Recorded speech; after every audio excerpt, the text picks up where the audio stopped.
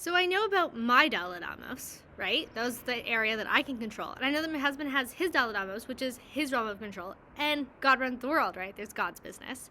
But what about when someone else is infringing on my Dalai Amos? What about when my husband's telling me how to cook, how to show up, how to dress, how to be with the kids? What about when my husband's all over my Dalai Amos? So this is one of the most fascinating things because, of course, naturally, I just want to say, get off my Dalai Amos, right? I know my Dalai Amos. But in truth, after a deeper look, check this out. If someone is being on my Dalai Amos, that's their Dalai Amos. Meaning that is my husband's decision that that's how he's choosing to show up on my paper, on my Dalai Amos. So think about that for a second. If, someone's going to comment on my outfit, that's a Dalai Amos. If someone's going to comment on my food, that's a Dalai Amos. If my husband's going to make a request of how I do something or when I show up or my way of being, that's all in his Dalai Amos. And so just emotionally freeing myself from this burden of I must protect my Dalai Amos. Because in truth, that's their business. And my business is, how does that affect me, right? Ooh, does that hurt, sore spot? Does that poke on a blind spot I didn't want poked? Or maybe there's something for me to receive here. So at first, my approach when realizing that my husband was all over my Dalai Amos was to get really defensive and critical and be like, hey, that's mine. Back off, right? I can't. But in truth, for me, I can't is really from a place, of hope, of humility. And that energy was more like boundaries, back off. I don't trust you. I need to protect myself from you. And whenever I'm in a space of I need to protect myself from my husband, then I need to really check myself. Because if my husband's someone that I need to protect myself from, that's a bigger thing, and I need to address that. But if I've established that my husband is not someone I need to protect myself from, he is a protector and a provider. And so as long as I'm not in a place of, disrespect or emasculation, I get to receive the benefit of that, of his protection, of that masculine energy. And so if this isn't something I need to protect myself from, then what is it? Usually, for me, in my experience, it's an opportunity to receive in an area I didn't think that's what I was going to do. For example, last couple of weeks, my husband started announcing the Shabbat candle lighting time. And for me, that was always something that I looked up, and I'm on top of my Shabbos candles. That's my Dalai Amos. But recently, he's been saying, hey, lighting's at this time, and it started really annoying me. This is my thing. Back off, buddy. And then he even went as far to say, hey, you don't light on time, right? We light 30 minutes before Shkia and Sfat, and I usually light closer to 18 minutes. And I was okay with that, okay, yeah, one day I like to light 30 minutes. Maybe it wasn't really on my radar, but it's just it's my thing. And so when he started saying, hey, you need to light on time, I got super defensive and super back off. This is mine. This is my mitzvah. I even said, if you're going to start giving me a hard time, it's going to ruin this mitzvah for me. It's going to just become some controlling thing versus something I'm excited to do and can't wait to get to my candles. And he just kept on being on my Dalai Amos. And so I said I can't. I put up that boundary, kept on getting knocked over. And so I'm okay, I could go into full defense mode. I have a whole fight over this. I'm or what is being offered to me? And the question I ended up asking myself is what is he trying to give me? Because I see he's trying to give me something. I see that he's frustrated. I see that he's annoyed. He's trying to give to me, and I'm not being receptive. And so what was he trying to give to me? He really wants me to have that gift of that blessing of lighting on time and being able to enjoy my candles for a long time before we go to shul.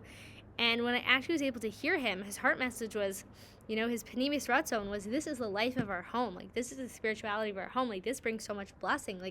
I don't want us to miss out on any blessing. I want the full blessings for our life. And when I felt that, I just wanted to cry. That's so beautiful. It's so beautiful, really. That he knows that my Shabbos candles light up our home, and he knows that our spirituality, our connection to Hashem, that is our true life, and he knows the blessings that it brings. I knew that I'm the gatekeeper to those blessings in our home. And just like he puts on tefillin, I light my Shabbat candles. And so when I was able to receive that, I was able to say, you know what, yeah, I'm going to make a goal within the next few weeks. I'm going to be lighting 30 minutes before. And I felt so good. I felt so, excited. Wow, what a treat. I get to, take on Shabbos in time and, maybe even early. It just brought up my whole awareness of Shabbos candles. And so in the past, I would have just said, get off my Dalai Amos. You're a jerk. Why are you giving me a hard time? Stop it. Know your Dalai Amos. No, I know mine. Back off. And I would have gotten, an emasculated man because he was trying to give and I wasn't receiving, and I would have felt like my boundaries weren't respected, and it would have just been a fight or a sensitive spot. Instead, it's actually now a point of connection. Like, how amazing that my husband like really cherishes my Shabbos candles and really believes in me to light on time. And thank you, Hashem, that I could receive that. And another huge area that I had a breakthrough in this was that my husband was always critiquing my my cooking, which has been a very painful spot because I came to this marriage feeling like I could cook. I'm a good cook. I like the food I make. The food I make is Hamish. It's loving. It's warm. It's nurturing. It's healthy. And no matter what I made, I always felt like it was never good enough. And that's just a belief I had. It's never good enough because no matter what I make, no matter how perfect, even if I follow the recipe he gave me, he'll be like, oh, next time add this garnish. Or next time, ooh, toast the sesame seeds. And I was like, I can't win. And so I was waiting to like finally make a dish that he wouldn't comment on. And thank you, Hashem, for some amazing coaching. What I received was actually, this is an area that my husband feels very successful in. He feels successful in food. And one of my big goals in life is to notice the areas that my husband's successful in and not break him down or necessarily need to build him up, but just respect that. Like really hone in on the areas that he's successful and celebrate that. And see my husband as a success, as a wild, massive success. And so this is an area that he felt successful in, his food, with his culinary skills, and he just kept on wanting to give. No matter how perfect it was, he always knew a way to make it better, and that wasn't him criticizing me. So in the past, I thought, oh, he's so on my Daled Amos. Like, I'm making the food, so let me do it my way. Like, I'm making the stir fry. Why are you in the kitchen telling me how to do it better? You know, like, why is it never good enough? Why are you on my Daled Amos? But finally realizing it's because that's an area that he wanted to give to me, and he wants to always help me, you know, have the best, and he wants to feel successful in this area because he has those culinary skills. And so what I just started receiving, like, after I made a soup and he's telling me how to make the soup even better, just being like receiving it, like, yeah, you're so good at food, like, tell me, like, it's so not my expertise compared to you, like, I want to receive, I want to, you know, make these amazing dishes. And even if I'm not going to follow all that advice, right? That's my Daled Amos if I'm going to follow it or not. But just even being able to receive it, maybe it's not a point of tension, it's a point of sweetness and love and a lot of respect, of being able to respect that this is an area that he feels confident to give to me in. And confidence in my own capability as a chef, you know, so I'm not defensive or hurt, but I can show up receptive.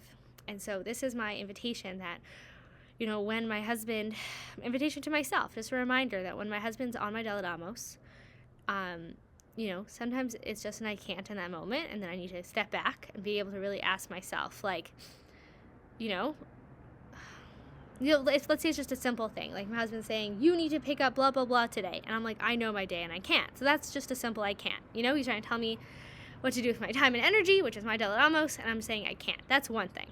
But when it's like something bigger that keeps on being a sensitive point, and I keep on feeling like, wow, he's just walking all over my Daled Amos, my space is not being respected, and feel that need to protect myself, instead of going into that protective bear mode, really checking in of what is my husband trying to give me? What is here that's available for me to receive if I'm willing to be open to it? And what's his panemius ratzon? What's his heart saying? What's his inner intent? What is he really trying to give? And then just enjoy the sweetness of getting to enjoy the man that God gave me. Thank you for taking the time to explore this.